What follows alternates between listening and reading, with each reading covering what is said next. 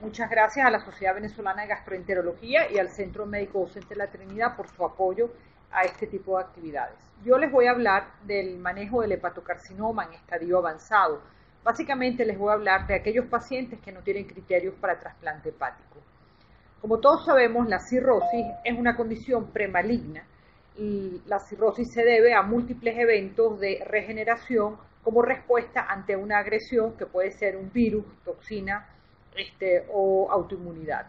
En este caso, el hígado se regenera en forma continua y en un momento dado en el tiempo, se dice que 5% por año, estas células escapan de la muerte celular programada, del envejecimiento, y empiezan a proliferar en forma anormal. Esta proliferación exagerada y esta multiplicación celular produce hipoxia, y esta hipoxia dentro de este grupo de células que van formando un tumor estimula la neoangiogénesis, y esto es una característica del hepatocarcinoma.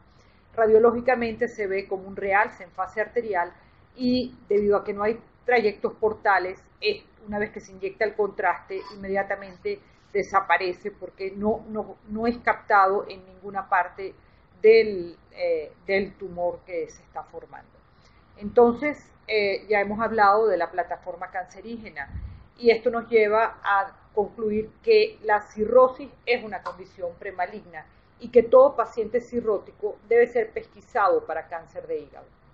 Como ustedes pueden ver en la lámina siguiente, la pesquisa persigue encontrar los tumores más pequeños, y los tumores más pequeños son los menos malos porque tienen menos invasión micro y macrovascular. Un tumor pequeño suficiente para un tratamiento curativo, sea trasplante o resección, debe medir menos de 5 centímetros.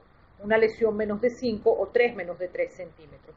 Como ustedes pueden observar en las barras rojas y en las barras amarillas, estas corresponden a la invasión micro y macrovascular. Mientras más grande la lesión, más es la invasión, y ante cualquier estrategia, más es la recidiva y la metástasis, tanto local como a distancia del tumor. Esto es para recordarles cuáles son los criterios de trasplante. Los criterios de Milán son unos criterios muy restrictivos en donde incluyen pacientes con un tumor único menor de 5 centímetros o pacientes con 3 tumores, ninguno mayor de 3 centímetros. Algunos centros aceptan pacientes con 2 tumores menos de 4,5 centímetros. Este criterio garantiza una sobrevida a los 5 años de un 70%. Aquí tenemos la clasificación de Barcelona que nos permite estadiar el paciente y diseñar la estrategia terapéutica para el manejo de estos pacientes. Como les dije, yo no voy a hablar de los estadios tempranos, que son el estadio temprano 0, A, B. Yo me voy a ocupar, del estadio intermedio y del estadio avanzado, que es el objetivo de esta conferencia. Sin embargo, ya les mencioné cuáles son los criterios para trasplante, que correspondería a los estadios más tempranos de la enfermedad. Entonces, los pacientes que no son candidatos a trasplante pueden ser manejados con quimioembolización, y aún pacientes con tumores pequeños, con dificultades anatómicas para tratamientos como la radiofrecuencia, también pueden ser manejados por quimioembolización. ¿Qué es la quimioembolización en el hepatocarcinoma? Como les mostré en la primera diapositiva, estos tumores tienen una angiogénesis, una neoangiogénesis muy activa. Y básicamente lo que hace el radiólogo es que a través de la femoral llega a la aorta y de ahí a la arteria hepática, y con un catéter inyecta el agente quimioterapéutico y las partículas que van a embolizar el tumor. Existen varios tipos de quimioembolización en cáncer de hígado. Tenemos la embolización arterial. El mecanismo de acción es disrupción del flujo intratumoral que resulta en isquemia. ¿Cómo se logra esto? Bueno, una forma es colocar pequeñas emboesferas que corresponden a unas partículas de 300 micras que son atrapadas sin ninguna quimioterapia en la circulación más distal de los capilares del tumor, y esto produce hipoxemia porque no se irriga el tumor, o inyección supraselectiva de partículas de PBA o de gel FOAM. En este caso, en este tipo de embolización se llama blunt embolization, porque no se usa ningún agente de quimioterapia. Tenemos también otro tipo de embolización, que es la tradicional, en donde se utiliza lipiodol, que sirve como vehículo para transportar un agente quimioterapéutico, en este caso la doxorubicina, y esto es muy selectivo y va dirigido al tumor. Una vez que el lipiodol está con la doxorubicina dentro del tumor, tiene un efecto citotóxico y antitumoral, y adicionalmente se bloquea el flujo dentro del tumor también con partículas de PBA, lo que combina isquemia con citotoxicidad. También tenemos últimamente unas partículas que son unas esferas impregnadas de doxorubicina. Estas emboesferas se llaman drug-eluting bead chemoembolization. El mecanismo de acción es igual como el que les mencioné anteriormente. Estas emboesferas de 300 micras, la mayor parte de ellas, viajan hasta la parte más distal del capilar y se quedan atrapadas. En esa zona ocurre isquemia porque no pasa más sangre dentro del tumor y quedan las partículas con quimioterapia liberando localmente este agente, lo cual produce citotoxicidad también. Y finalmente tenemos la radioembolización, que son también pequeñas partículas radiactivas que se liberan dentro del tumor, produciendo también toxicidad dentro del tumor. Este es un ejemplo de un caso nuestro. Tenemos aquí un paciente con múltiples lesiones tumorales. En este caso se inyectó lipiodol con doxorubicina. Esto fue directamente hacia el tumor y como ven, lo que está en color más claro, impregnado homogéneamente, es el lipiodol, y existen zonas donde pueden apreciar que hay una intensa neovascularización y el tumor pues se impregnó en forma parcial. Esto nos dice algo. A veces en la primera quimioembolización no se logra el efecto deseado. Este paciente fue alrededor de 6 a 7 embolizaciones. Este caso en particular, la nutrición del tumor no provenía de la arteria hepática, venía de una arteria renal. Por lo tanto, en el segundo intento pudo lograrse una mejor respuesta. Este paciente tuvo una sobrevida de 3 años y recibió, como les dije, 7 episodios de embolización. Aquí tenemos otro ejemplo. Aquí tenemos una secuencia de eventos con las emboesferas cubiertas de doxorubicina.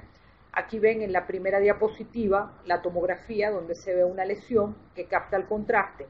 Y aquí en la segunda diapositiva, arriba a la derecha, observan cómo va pasando las emboesferas y van impregnando el tumor.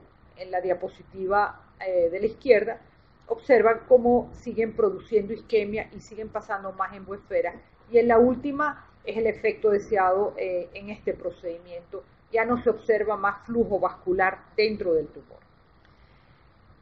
Aquí tenemos este metaanálisis publicado en el 2003 por el Dr. Llobet, en donde comparaba la embolización contra placebo y encontró pues que obviamente había un efecto estadísticamente significativo en aquellos pacientes que recibían quimioembolización.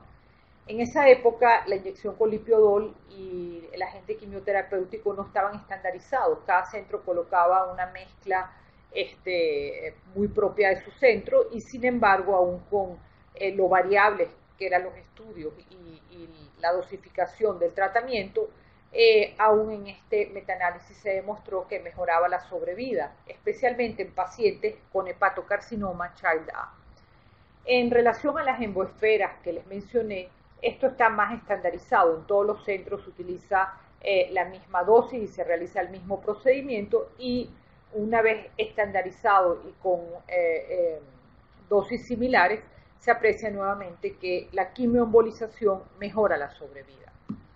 También es bueno tener en cuenta este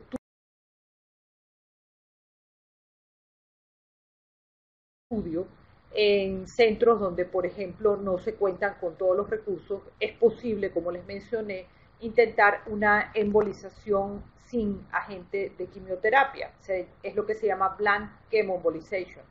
Los autores de este trabajo creen que el efecto antitumoral viene más por la hipoxia que por el efecto citotóxico de la quimioterapia. Sin embargo, estudios posteriores no refuerzan el uso de la blunt embolization, o sea, embolización sin quimioterapia intratumoral, pero es una alternativa que debemos tener en cuenta. ¿Cómo vamos a elegir el paciente? Bueno, primero debemos entender quiénes son los pacientes que no pueden ir a quimioterapia.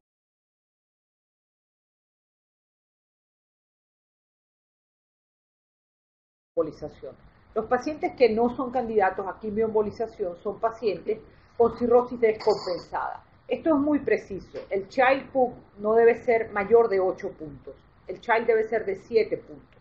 Aquellos pacientes con ictericia, encefalopatía, ascitis refractaria, síndrome hepatorenal no deben ir a quimioembolización, porque esto expresa una pobre función sintética hepática y cuando usted emboliza a un paciente compromete el flujo hepático y los pacientes hacen una hepatitis post-quimioembolización, que si no hay suficiente reserva hepática, estos pacientes pueden hacer falla hepática. Obviamente, la alteración en el flujo de la vena porta, también la trombosis de la vena porta, el tronco principal es una contraindicación, sin embargo, la embolización puede ser considerada si hay trombosis de una rama pequeña de la vena porta. Los tumores muy grandes no responden bien a la quimioembolización.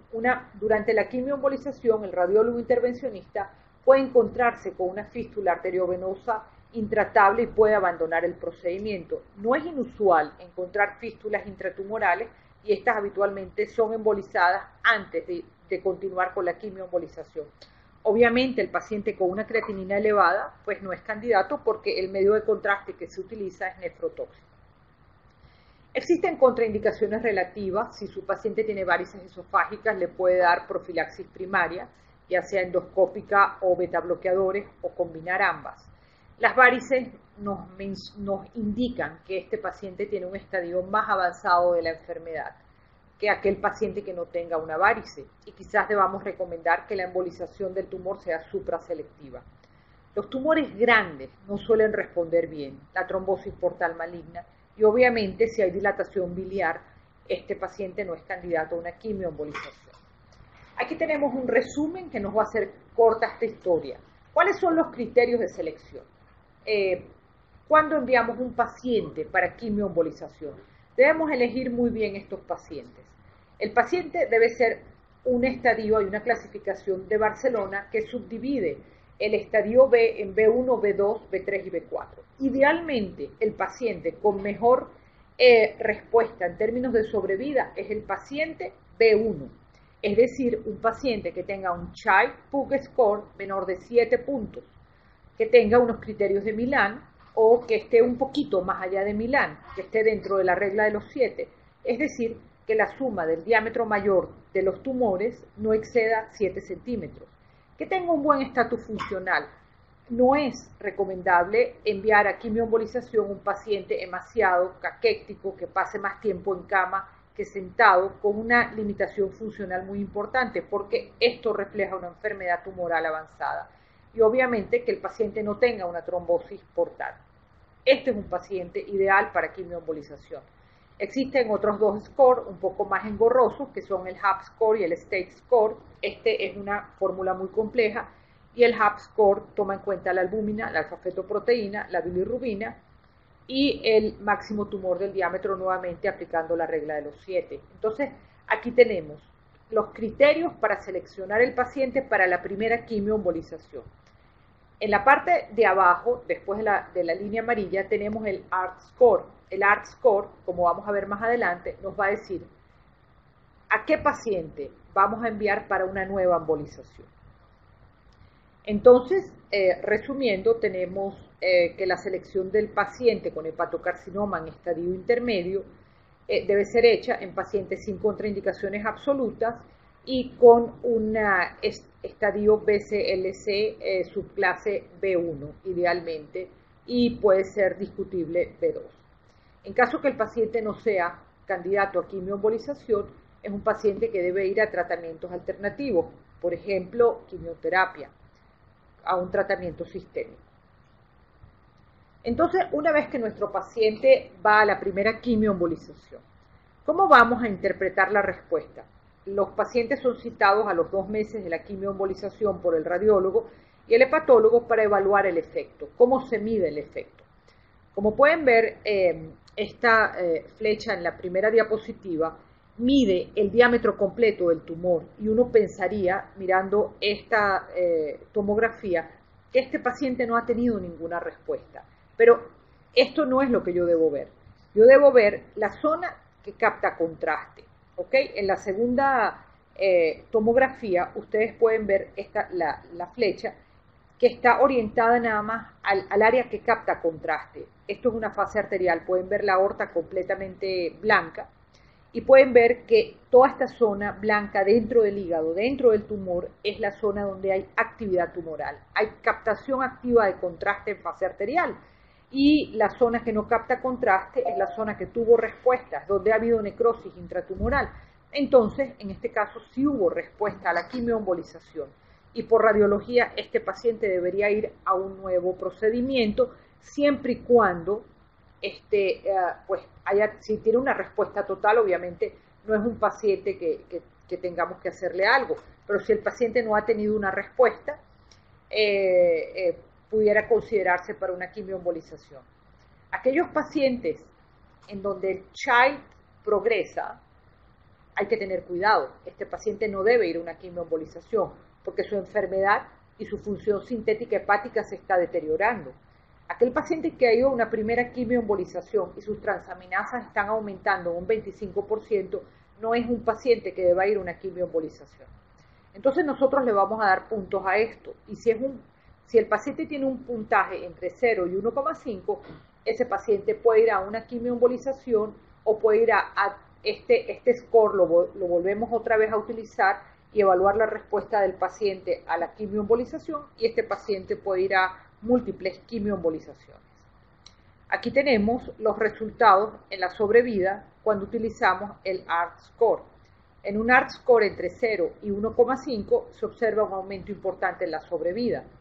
En aquellos pacientes con un ART score mayor de 2,5 observamos que hay una reducción en la sobrevida del paciente. Entonces ya hablamos cómo seleccionar el candidato ideal y quién tiene criterios para la quimioembolización, y ya hablamos de cuál es el paciente que debe ir a una segunda, tercera, cuarta o quinta quimioembolización. Entonces, resumiendo, para retratar debemos evaluar la respuesta radiológica, si el paciente tiene enfermedad estable, si tiene respuesta parcial, es un candidato para una nueva embolización, si el paciente su enfermedad ha progresado, es candidato a una embolización, si tiene nuevas lesiones tratables, si el tumor tratable ha crecido, también es candidato. Si la función hepática se ha deteriorado, ya deja de ser candidato. Debemos tener un paciente con un child basal A, máximo B, 7 puntos, y que tenga un ART score de 1,5. ¿Cuál es el secreto para una embolización exitosa? Bueno, primero evaluar la respuesta tumoral. Una primera buena respuesta puede predecir éxito. Y segundo, que seleccionamos bien a nuestros pacientes para que la sobrevida de ellos aumente, también en función de mantener una buena función sintética hepática que no esté comprometida por un procedimiento. Y todo esto se traduce en un beneficio para el paciente. Entonces, resumiendo, la embolización es el estándar of care para el hepatocarcinoma en estadio intermedio. El DEP-TACE es igualmente de efectivo que la quimioembolización convencional. La respuesta radiológica se correlaciona con la sobrevida total, y la selección del paciente para la quimioembolización inicial y el retratamiento es la clave para unos resultados óptimos en la sobrevida, y esto es aconsejable que sea guiado por un sistema de puntuación. Seguimos avanzando con el paciente en donde ya no es candidato a una quimioembolización, que tiene enfermedad avanzada, invasión macrovascular, metástasis. Recordemos que el hepatocarcinoma hace metástasis a hueso y a pulmón. Este paciente es candidato a terapia sistémica. Hasta ahora, la única quimioterapia sistémica aprobada es el sorafenib. Recientemente fueron publicadas, están en prensa, las guías de la Asociación Americana para el Estudio del Hígado 2017, y la terapia de primera línea para estos pacientes sigue siendo por guías el sorafenib, que es un inhibidor de la tirosinquinasa, inhibe la proliferación celular y la neoangiogénesis. Estos dos estudios fueron muy importantes y demuestran tanto en población asiática como en el estudio SHARP que el sorafenib mejora la sobrevida del paciente con hepatocarcinoma. Como ustedes saben, en estos estudios, cuando ya están aprobados, el grupo de pacientes que se utiliza son pacientes perfectos, Child A, con tumores no muy grandes, pero en la vida real la historia es diferente. Y se diseñó este estudio llamado Gideon, en donde nuestro centro fue seleccionado para participar, que es un estudio internacional prospectivo, abierto, multicéntrico, no intervencional, de pacientes con hepatocarcinoma no resecable tratados con sorafenib. Incluimos más de 3.000 pacientes en un lapso de 5 años y se incluyeron centros representativos de todo el mundo, 5 regiones, 39 países. Los objetivos de este estudio, Gideon, fueron evaluar el uso de sorafenib en pacientes con enfermedad hepática avanzada que no habían sido incluidos en los estudios de registro, proveer una base robusta de datos que permita responder preguntas clínicamente relevantes. Y este estudio nos dio datos sobre el uso del sorafenib antes, con o después de las terapias locorregionales utilizadas en el manejo del hepatocarcinoma. El análisis demográfico fue consistente con estudios previos. Los pacientes con mayor incidencia de hepatocarcinoma pertenecían a sexo masculino y estaban entre la quinta y sexta década de la vida. Más de la mitad de los pacientes ya habían recibido quimioembolización. La diarrea, fatiga y síndrome de mano-pie fueron los efectos adversos más frecuentes relacionados con el uso de la droga, y el perfil de seguridad para Child A y B, que era la pregunta que se hicieron en el estudio, era similar. El Child B en este estudio no tenía más efectos adversos reportados. 75% de los pacientes iniciaron la dosis completa de 800 miligramos. El Child y el MEL no influyó en la decisión del médico de iniciar la dosis máxima. A veces se inicia el tratamiento de quimioterapia con dosis más baja para probar tolerancia. En este caso no fue la regla para estos pacientes. Aquí, como les dije, más de la mitad de los pacientes habían recibido tratamiento locorregional. En algunos casos también recibieron en forma combinada tratamiento locorregional con sorafenib. ¿Qué tenemos? Ahora, ¿existe alguna molécula que haya podido igualar los resultados del sorafenib? Aquí en esta lámina pueden ver todas las moléculas que han ido apareciendo para el hepatocarcinoma, y hasta el momento ninguna de estas ha dado una respuesta mejor que el sorafenib, el cual sigue teniendo una respuesta estadísticamente significativa. Sin embargo, muy cercana está una molécula similar del mismo laboratorio, que es el regorafenib, y los resultados son tan buenos como el sorafenib. Sin embargo, esta molécula no sale en las nuevas guías de la EASLD del 2017, pero algunos estudios recomiendan su uso como terapia de segunda línea. Esperaremos ver más resultados y recomendaciones formales sobre el uso del regorafenib en el manejo del hepatocarcinoma. Resumiendo, el hepatocarcinoma es una patología en donde el manejo debe ser multidisciplinario, porque es la intersección de dos enfermedades, del hepatocarcinoma y del cáncer. Necesitamos patólogos con experiencia para el diagnóstico, no se ve la segunda diapositiva, y los especialistas que necesitamos en nuestro centro para discutir las opciones de tratamiento son cirujanos para seleccionar el paciente que va a ir a resección o trasplante, y radiólogos, tanto para el diagnóstico como para decidir la ablación y la quimioembolización, y hepatólogos y oncólogos para el seguimiento del paciente, manejo de los efectos secundarios del tratamiento, la adherencia, la calidad de vida y la prevención y tratamiento de las complicaciones de la enfermedad hepática. Gracias.